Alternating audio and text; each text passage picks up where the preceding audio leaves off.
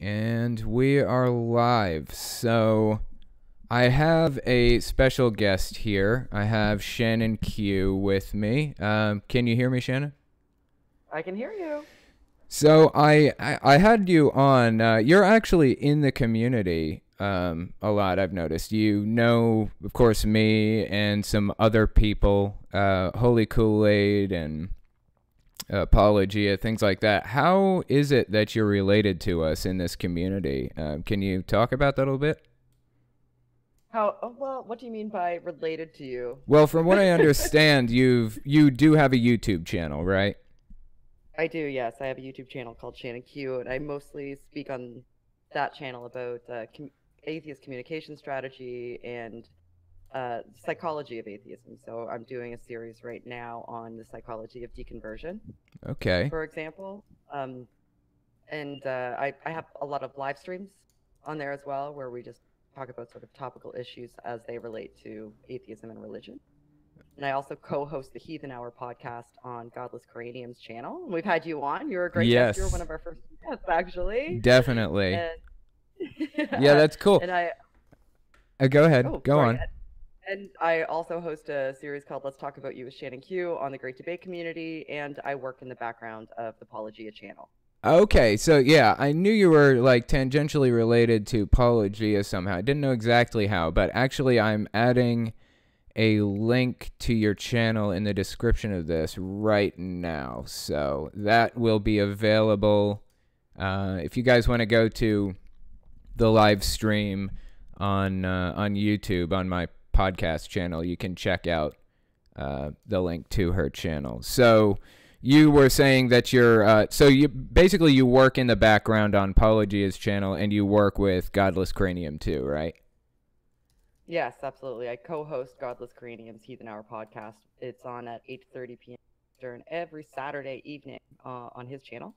So we just had one last night. We have some fantastic guests there, and my channel. And oh, look, there's Paul in the live chat. Paul's visiting. Oh, awesome. And I've That's awesome. and I've been a cartoon on Paul's channel more than a couple of times. I've taken over his channel with Vice Rhino and Professor Stick. For sure. I do a lot of the scientific research on his channel because I have a background in psychology. I have a degree in psychology. And I focused heavily on research methodology. That's really cool. Well, I'm glad to have you here. Yeah, I was gonna say like I don't know how you like how you found yourself in this community so deeply ingrained. You're like a part of this so deeply. It's awesome. So anyway, I'm glad to have you here. So there were a couple of other topics I wanted to touch on with you. One of which pertained to genetically modified skeptic, and of course I've heard him talking about being an anti-theist a few times now, and I know that a few others in the community also consider themselves anti-theists, so I was hoping you could talk about that a little bit. Yeah, I'd really like to. You had a podcast last week, and you were speaking to somebody else. I wish I could remember. This is awful. The name of the person that you were speaking to, but I heard them say that they're hesitant to take on the moniker of anti-theist because it makes them feel like they immediately have to take on the burden of proof.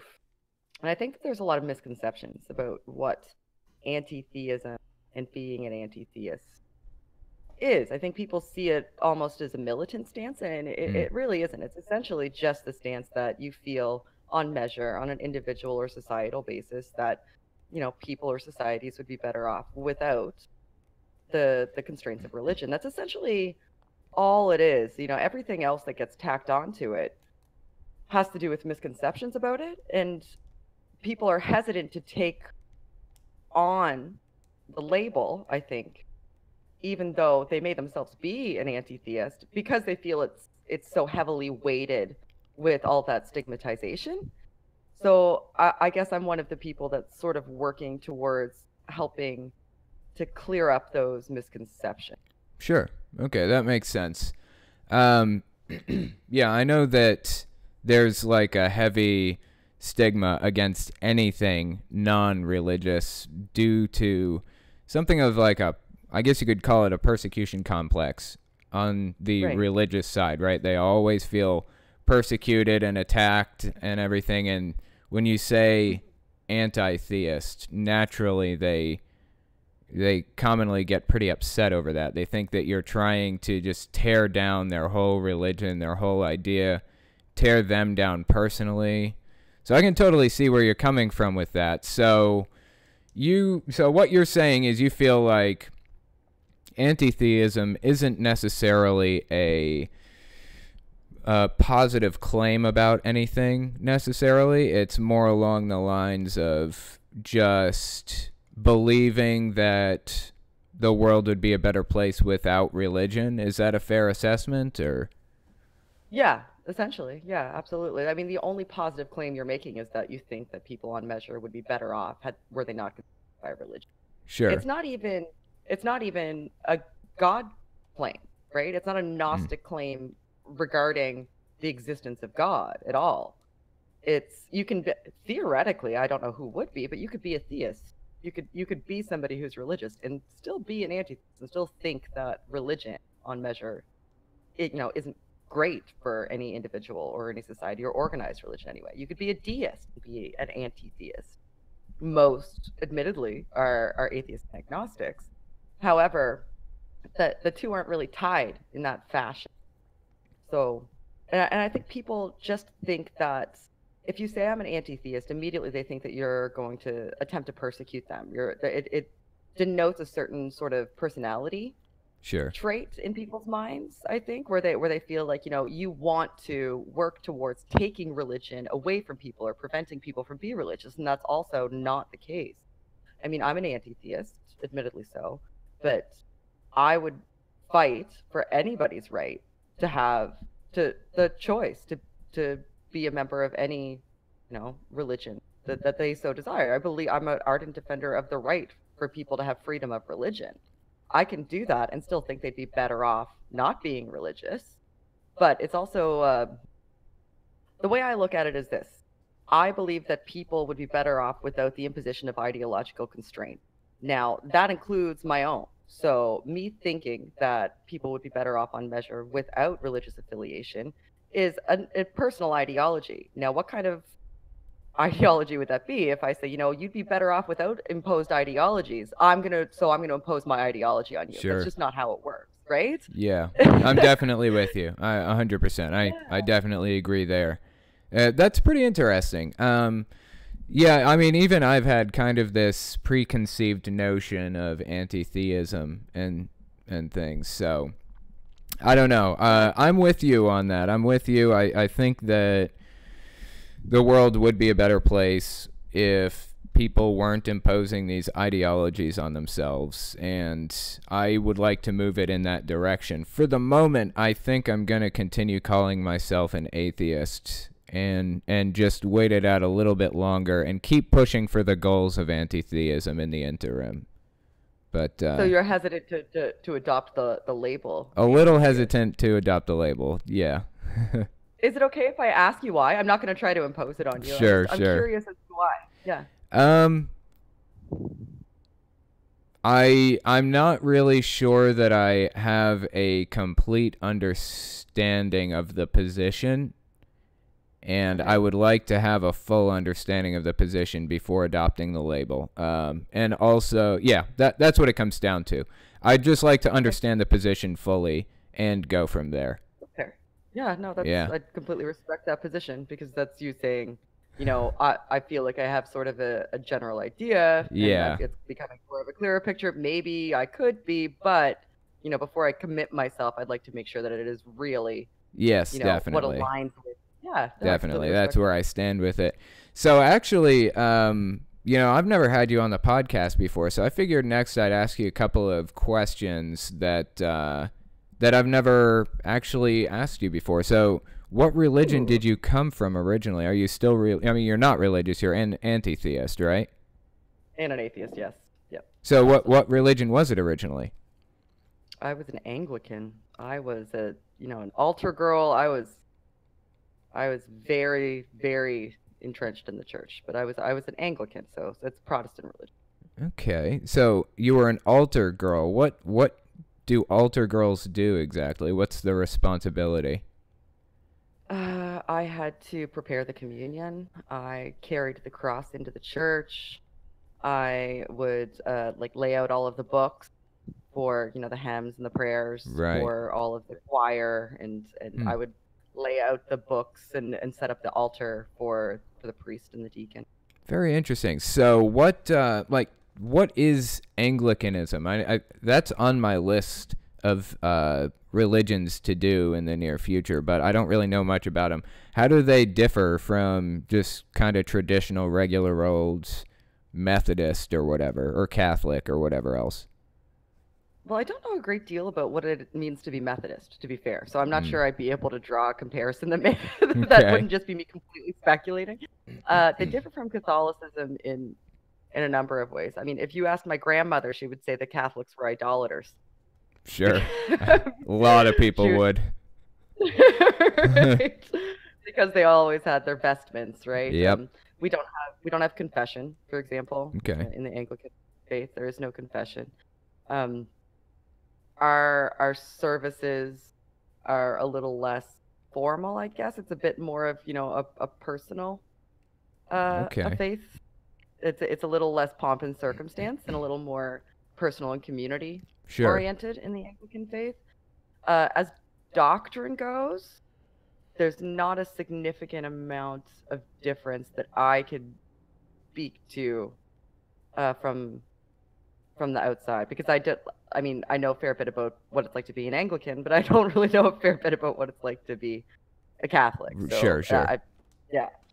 Very interesting. Well, that is very interesting stuff. I have somebody that's looking into Anglicanism for me right now, so who knows? Maybe we'll see a video on that in the future. But yeah, well, cool. I appreciate you coming on. Was there anything else that you wanted to address or discuss with me or anything?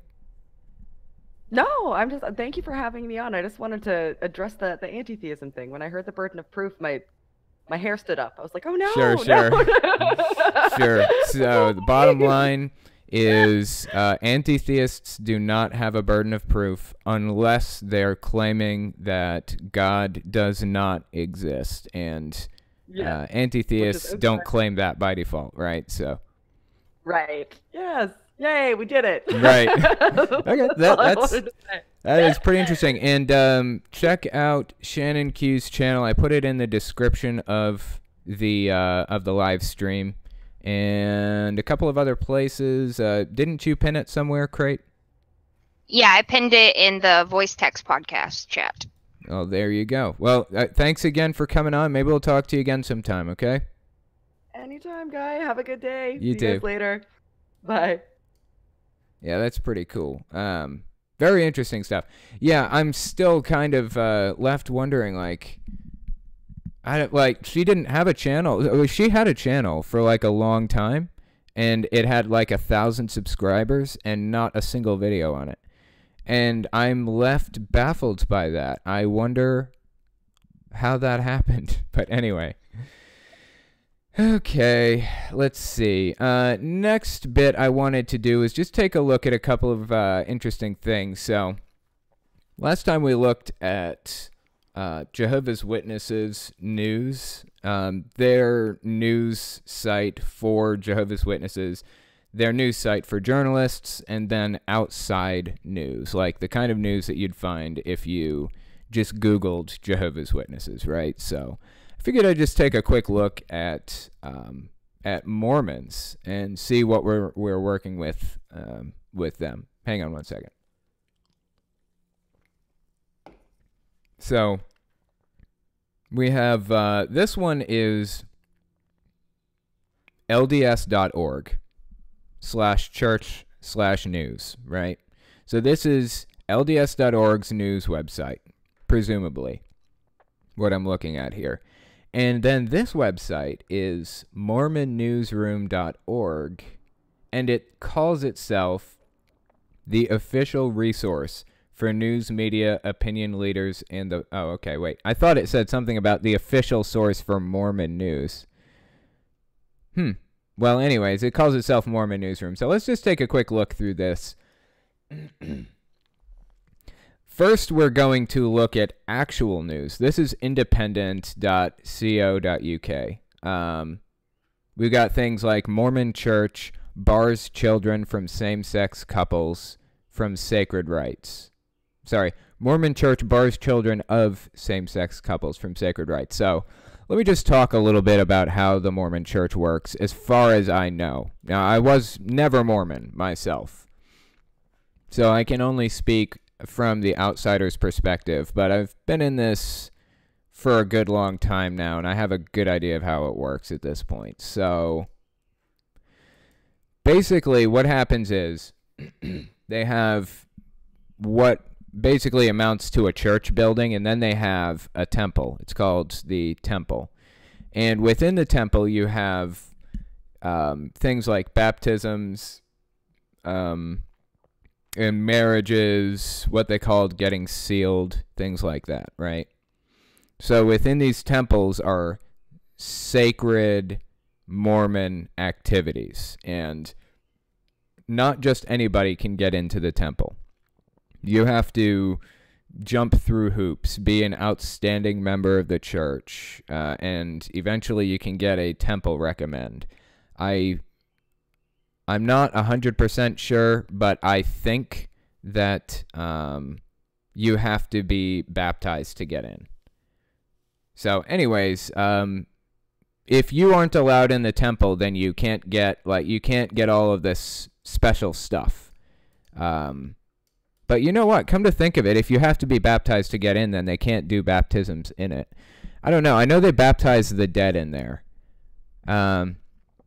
I'm going to do a video on baptizing the dead at some point in the near future. But yeah, I'm not 100% sure what they do in there, but it's super secret Mormon stuff, bottom line.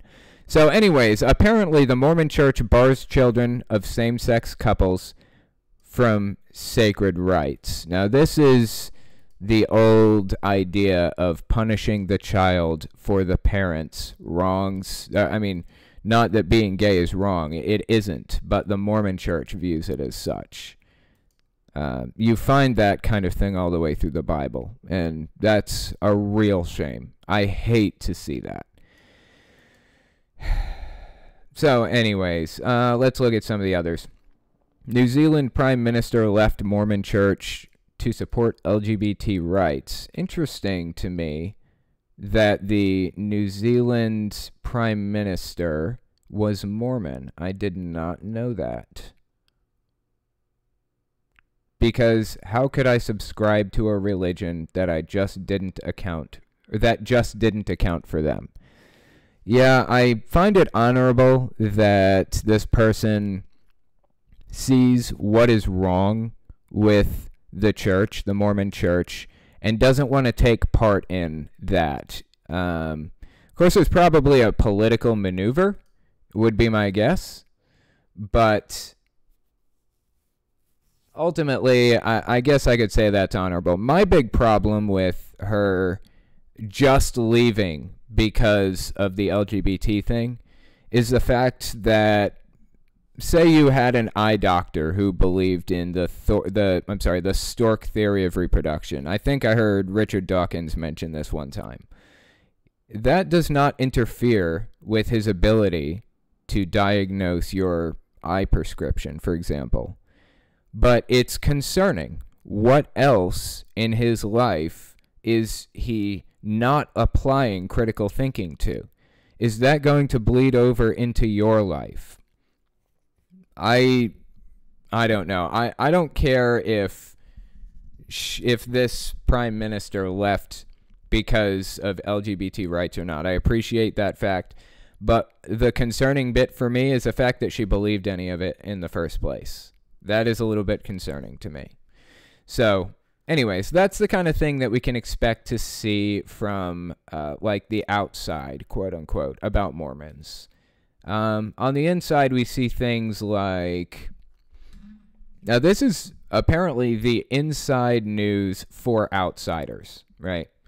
This is like this is what the church wants you to see. So, University of Utah School of Medicine honors Russell M. Nelson. Have no idea who that is. Don't really care that much. Juneteenth celebrated with family history event at California's capital. I don't even know what that means. Church honors Cardinal Wuerl of Washington for commitment to religious liberty. Religious liberty. Yeah. That phrase bothers me an awful lot. Because usually religious liberty means cutting other liberties to account for other people's liberties. Typically is what I've seen. And then on the Mormon, on the actual LDS.org website, we have things like updated version of Preach My Gospel, now available. LDS.org quick tip, sending emails to members using leader and clerk resources. Interesting. LDS leaders can use a function in leader and clerk resources, lds.org/LCR, to send emails to members. From what I've heard about the Mormon Church, they like to keep communication on the inside of the church. They like to have people on the inside, talking to people in a format that can easily be read by the leadership. For example, when people go on missions, you have to communicate through the church's internal email system. If you want to talk to a parent or a sibling or something, you have to send them an email through the church's internal email system. I don't know what reason they give to justify that, but yeah, things like that are extremely concerning to me. It's like they want to watch and moderate everything that's said on some level. So that's pretty concerning. So anyway, we can move on to guests now. The second guest, I suppose. The second guest I wanted to speak to was Vindici. I'm unmuting now. Can you hear me, Vindici? Yeah, can you hear me? I can indeed. Am I saying your name correct, by the way? Vindici? Are you there? You're saying it right. Okay, perfect. So, we haven't spoken on here, right? No, we haven't. I've actually had to skip out the past 2 weeks. Okay, so tell me, what religion were you originally? That's a really hard thing to answer because I didn't really understand religion until really late in my life. Oh, yeah? So you were kind of raised, for lack of a better term, atheist? Is that fair to say, or? Technically, no, since I went to Sunday school pretty often. Okay. It's actually just my life is sad, confusing, and very sheltered. I understand 100%, actually.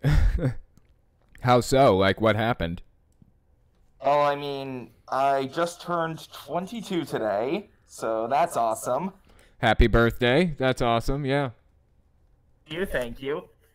And, when I was in first grade, my mom wouldn't let me watch Sailor Moon. That sucks. Yeah, I was allowed to watch Sailor Moon myself. I don't think I did. Watch Courage the Cowardly Dog. Oh, yeah. And a lot of other things, too. It was kind of ridiculous, really. Mom really was way too strict on what she let me watch. Right. Yeah, I think that by the time Courage the Cowardly Dog came out on TV, I don't think that my parents were really moderating what I watched very much. So I did watch it a little bit, but it was really scary sometimes. I had some scary stuff on that show, man. I know, but at the same time, it would be excellent for kids. And, right, I agree. It got to the point where if my mom let me watch something, radically good. Wait, I missed that bit. What was that? If your mom let you watch something, what? Thought it was automatically good. Okay, gotcha. She had let me watch when it first came out as a TV movie. Everyone brace yourselves for who grew up in the CN Real era and saw the rise of it. He did. That's pretty interesting. So, yes. I guess it's fair to say that they kind of like shoved it down your throat then, right? Not exactly. She was just like, "Hey, don't watch that." I'm like, okay. I just didn't question it. Like, I was really freaking isolated. It was sad. Yeah, I know what you mean, for sure. Fuck nowhere. Sorry if profanity is a... Oh, no, profanity's fine. Don't worry too much about it. But yeah, I'm with you, definitely. I totally understand where you're coming from with that. A lot of the listeners here probably have had experience with it too, so I definitely know what you mean there. Yeah, but now I just call myself an agnostic pagan as a blanket term, though if I were to actually go into detail about the whole idea I have involving, like, higher powers, gods, goddesses, etc., it would require a Google document. Right. So, it's not like the traditional, like, just regular old paganism then? Is that fair to say? It's a little bit more than that? I mean, long story short, different gods and goddesses have their own territories. You know, Greek gods over there in Greece, Roman gods over in Italy, etc. Right.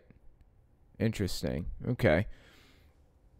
So... Drake and Josh is not good, in my opinion. And this is entirely separate from my poor upbringing. Right. Well, that's very, very interesting. So... how do your parents feel about, like, your current religious beliefs? Did they get kind of upset about it, or? They don't seem to care much. Like, really? They're fine with it generally. Well, good. I mean, at least you haven't had to deal with any of that, right? Though, back in December, and this is a bad one, basically had to disown my mom's daughter. Yes, to the point I'm calling her my mom's daughter. Wow. Because this is an SJW who came out to visit, planning, which I already said yes to the visit. I just thought it was the following week. So, guys' night was the night before, and she already knew I'm androgynous. Okay. Don't worry. And... she mentioned she was confused by the situation of changing the Wonder Woman origin story between the movie and comics. Okay. And I'm like, okay, standard thing. To explain to her the multiverse, she told me to shut up and stop mansplaining. Really? Okay. Wow. That is very interesting. Generally, I've pretty well stayed away from SJW topics because I didn't want to alienate my audience, so I'm going to give absolutely no opinion on that whatsoever, but that is extremely interesting. And I do have a strong opinion one way or the other on that. I'm just going to avoid giving it. But anyway, that's very crazy. So you don't talk to her anymore? No. Huh. Was it all over that, or...? Huh? It was a following issue the following February. Okay. Because of my upbringing, I don't really have the best opinion of my parents. I mean, I still talk to them. It's just kind of hard to be around my dad because 30-year age difference between my parents. Don't worry, not creepy stuff. It's just a complicated generation gap since he's 60 years older than I am. He's probably where a lot of my anger issues came from. Okay. And yeah, I wasn't even really able to talk to my parents that much because after moving into the apartment I'm in now, it was actually pretty freaking hectic. He ended up in the hospital. I had no clue about this. I was just on Facebook, still in contact with my mom's daughter thing, and I'm like, oh, hey, this is a perfect opportunity for a joke. Then she starts bitching at me over not being with my parents when she would already know my mom didn't want anyone with the hospital with her when my dad was having his medical issues. Right. So it just rolls out, and eventually it gets to the point where it's like, fuck you, I'm not talking to you anymore, you fucking cunt. Right, so it just got, like, super ugly. I really hate. Right. Well, very interesting. Well, hopefully that turns out a lot better for you eventually. How long ago did all this go down?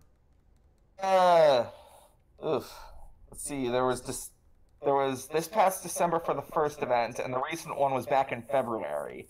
Okay, so it's been what, a few months, like 6 months or so, 4 to 6 months. Roughly. Okay, very interesting. Well, hopefully that turns out better, and I appreciate you coming on, and maybe we'll talk again, okay? And let's hope I get more progress on the cartoon I'm writing, too. Oh, you had progress on your cartoon, you say? One right now. Okay. Do you want to talk about it for about 2 more minutes? Sure, why not? Okay. I got time. Okay. The premise is basically a world where magic actually does exist, but it's still our modern day. Okay. In-depth situation is that there are a buttload of different magic races and all sorts of other things, like racism still exists and all sorts of other crap, and it even talks about real-world events in real-world places.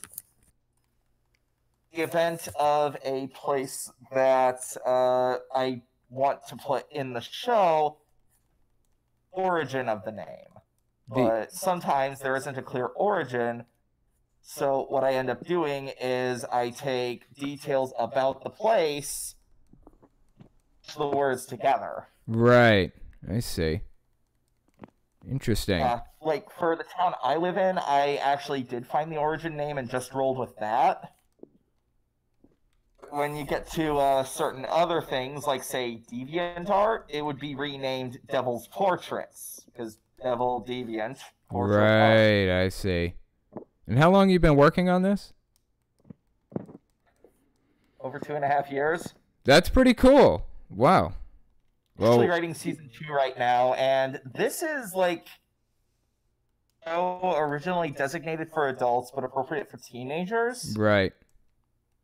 And even then, it's not going to be fully animated when it comes out. It's going to be mostly dubbed comics, but as a result, when it comes time for actual animation, that's when the animation kicks in. And it should be about 18 frames a second, just to have a nice little medium. Oh, that is really interesting. Well, I think we're out of time now, but if you want, you can probably post that in, like, advertisements and or art, depending on what it is. Sure, why not? But that sounds pretty cool. And like I said, I appreciate you coming on. Maybe we'll talk again, okay? Yeah, maybe. Let's hope. See you, dude. Yeah, that's pretty interesting stuff. The next person I wanted to speak with was Stealth Master. Are you there, Stealth Master? Can you hear me? Yeah, I'm here. Is my mic crackly? Yeah. No, it sounds good to me. So, what religion were you growing up? Are you still religious, or have you kind of left it? Well, I'm a Native American and kind of grew up with the Native American religion in my area. Oh, really? And yeah, so I've been on the fence for years and years and years, but now thankfully my skeptical brain has kind of sorted me out, and I'm an atheist, and I kind of opened up about 6 months ago to Fascinating. So how old are you now? I am 21. Okay. Like I what? Turned 22. What religion was it? Was it like I don't know, was there some kind of a name for it or anything? Or? There's not really a name for it. I mean,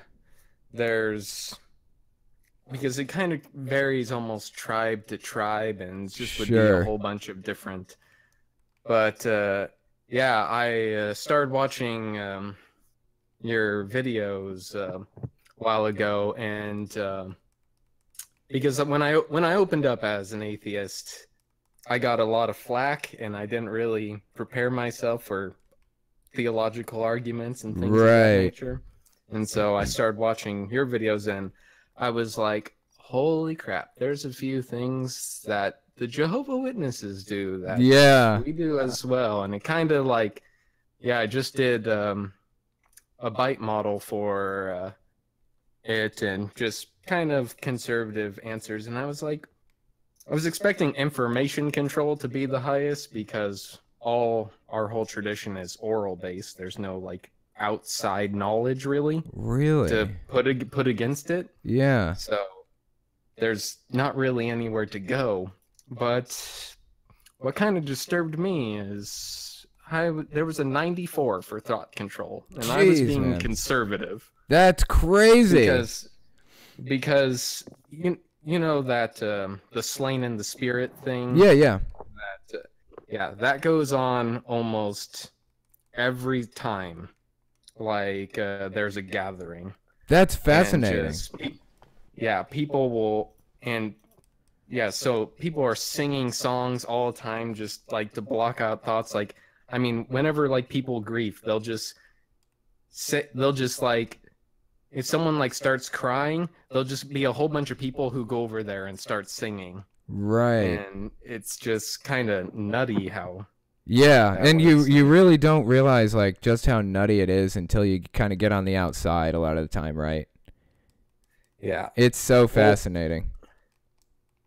Yeah, there's some like really just crazy stuff too, and like the healers, because I went to one and they essentially hypnotize you, and I can admit I was essentially hypnotized and was kind of believing, because they kind of like hypnotize you and start gaslighting you. Oh yeah, they do that for sure.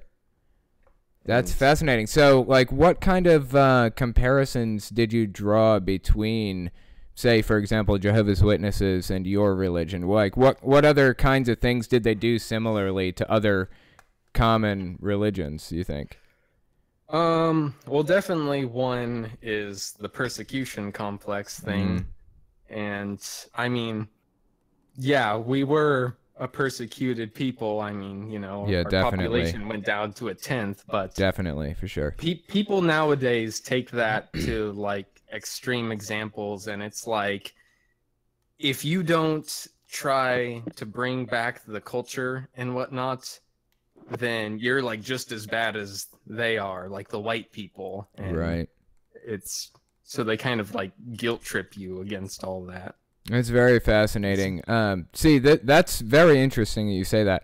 I try really hard to break up tribalism and things like that. I actually have on my birth certificate that I'm partially Native American. It's not very much, but it is there.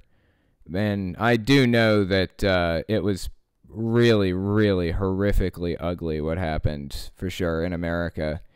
But yeah, I mean, I really couldn't speak to it unless I was on the inside about how they feel about it. It's interesting that you gave them such a high score, though. Do they do any shunning or anything like that? Not so much shunning? The shunning isn't actually, like, shunning is like one of the things I kind of really didn't, but I also was really conservative with some stuff, because it's kind of, there's that tribalism with like Indians that are on the reservations versus that aren't on the reservations. Sure. And if like you're off the reservation, you're not one of them. Yep. That's serious tribalism right there. That's a big problem. That's fascinating, man. I'm really glad you found your way out, though, because some people just stay stuck in that forever, like until the end of their lives, you know. So, like, did your family, do they know that you don't really believe it anymore? Are they upset about it, or? Yeah. Well, thankfully, my dad is very just like agnostic. And okay. He really, I think I'm not really sure, but I would say like he really just doesn't care, because he's never really done anything religious in his life other than our grandparents were got very indoctrinated through the boarding schools into like the Catholic faith. Right. And so, but he seems kind of just mellow, just like, yeah, whatever. Good. No big deal. That's good to hear. But my mother's side, on the other hand, though, was not quite that way. Really? They were the ones who kind of gave me a whole bunch of flack. And like, what happened? What kinds of things? What did they say? Did they say anything to you about it, or? Like, well, I just remember like when I said it to them, it I was over at my grandparents' house, and kind of our family was there, and I just remember like my grandparents kind of like looking at me. My grandma just walked out of the room and just. Wow, man. Just wouldn't even talk about it, I guess, at first. Yeah, she just didn't even want to talk about it, and yeah, they were just kind of like, what went wrong that made you not want to? Right. Man, that's very interesting. It's so interesting to see how people react to things like that. But, you know, I am glad you're on the outside because now we can progress. Now we can move forward. Yeah. So that's good to hear. One of the interesting things that I'm kind of... So I was pretty deep enough into it where, you know, if I had gone down that way, like I'm one of our like family's like cultural leaders, and so right, it would have been essentially almost like a pastor, sort of. Okay, so that's what you are, you said? Yeah. And okay. So, but now I've kind of put out that I don't believe anymore, but I still have all this knowledge about our culture, and it's kind of a conflicting nature there. Sure. How do I like, because there's a lot of like younger kids in my family, and it's like, how do I teach them about the culture, but then also just have them not be indoctrinated in by all the other people around them? Right. That's a hard decision to make. I mean, that's a hard situation to deal with. You know, I know people who deal with that from time to time. Have you ever heard of the Clergy Project before? Yeah, I heard you talking about it one of your podcasts. Yeah. There you go. It's basically, for the audience who may not know, it's basically just this program of pastors who realized that it's all BS and they're trapped and have no way to get out because that's how they've made their living their entire lives. I guess it's something like that kind of situation with you, right? I mean, a little bit at the very least. Well, I think, not quite, because I did go to school, and I'm currently working at a big like top 500 company as an electrician. Oh, very nice. Good. That's good. And so I did well for myself there, but yeah, thankfully I'm not there. Right. Not trapped in it, but you're still faced with the issue of like, do I teach these people something I know to be a lie, or I mean, what do I do? Yeah, and there's some kind of really ugly stuff too, because so much was lost. There's a lot of people that like make stuff up. And like one of the worst things that's been going around is they have this ritual that they call clubbing. Oh, yeah? It's pretty much what it sounds like.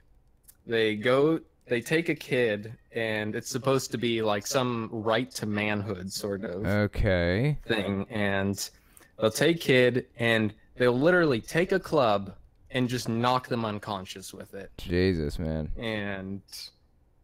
For what? They just do it because it's like a right of manhood kind of thing? Is that the only reason? Well, they do that. They knock them unconscious, and then they drag them out into the woods or the hills or the mountains, and then just leave them there for a day. Wow. And then they'll just go out and search for them. And it's crazy because, I mean, there are some kids who I know who... They were like, no, that's crazy. Why would I want to do that? Seriously. And they started threatening them and like their families. God. Like, if you don't do this, we're going to make you, and just... That is insane, man.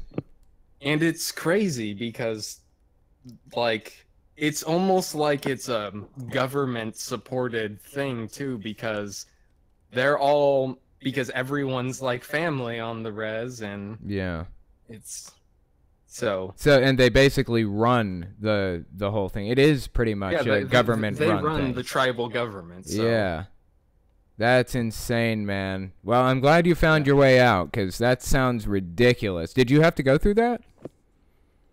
No, I did not go through the clubbing, but thankfully people who run our longhouse are very.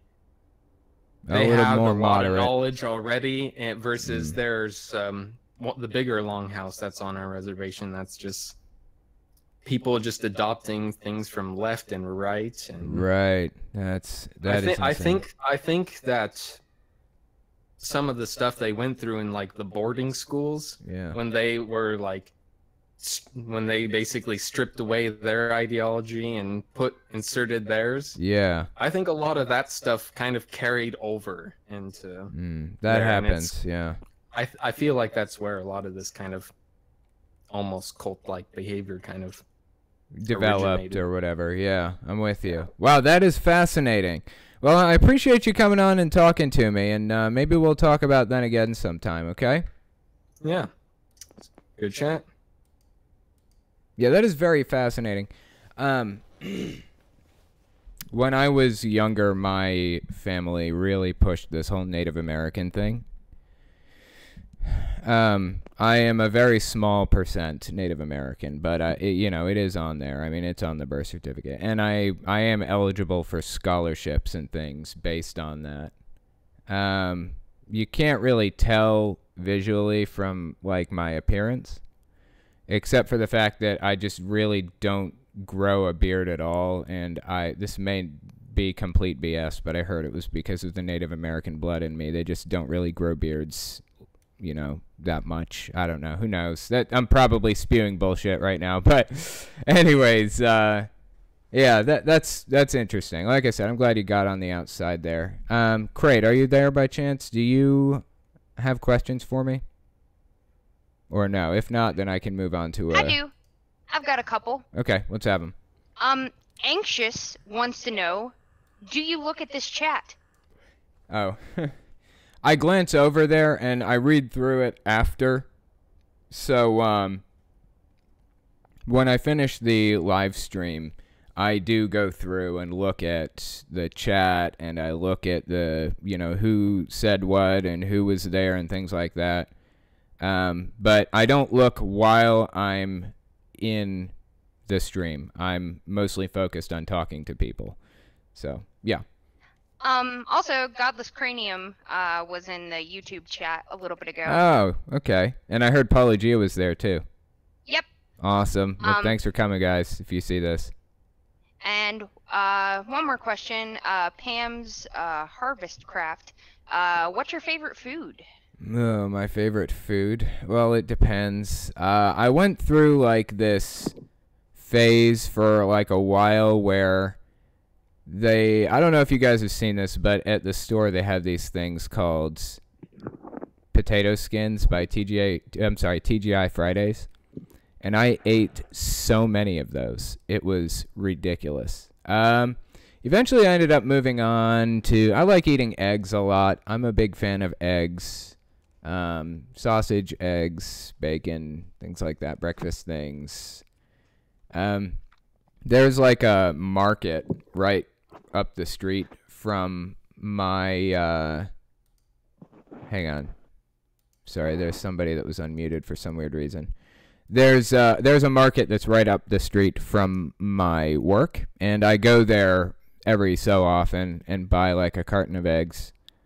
It's pretty good, but anyway. Any other questions? Are we ever going to get Alpha Force Zero as a special guest on the podcast? Soupy asked that. Oh, that's interesting. I've never considered that. Possibly. Right now she's actually on vacation with her grandmother, like her non-Jehovah's Witness grandmother. It's Crate's mom is who she's with right now. They went to the beach. So she actually gets back in, 5 days or something like that. And then I'm going to the conference. So I'm not going to see her for a total of 11 days. And this is like day, 2? And it sucks. So anyway, yeah, maybe. We'll see. We'll see if she gets on here. Any others? This is probably a good spot to plug the conference. Yeah, that's true. Although it's a little bit too late to buy tickets now, I believe. But I think that online registration ended on June 15th. So it ended 9 days ago, the online registration. And the tickets, you can actually buy some of the tickets at the door if you want. They're pretty expensive, like $200. But, you know, and those are first come, first serve kind of things. So anyway, yeah, I'm going to be at the conference June 29th, 30th, and July 1st. And I'm pretty excited for it. It's going to be awesome. Going to get to hang out with some fans and chit-chat with people and all kinds of cool things. So, yeah, it's going to be good.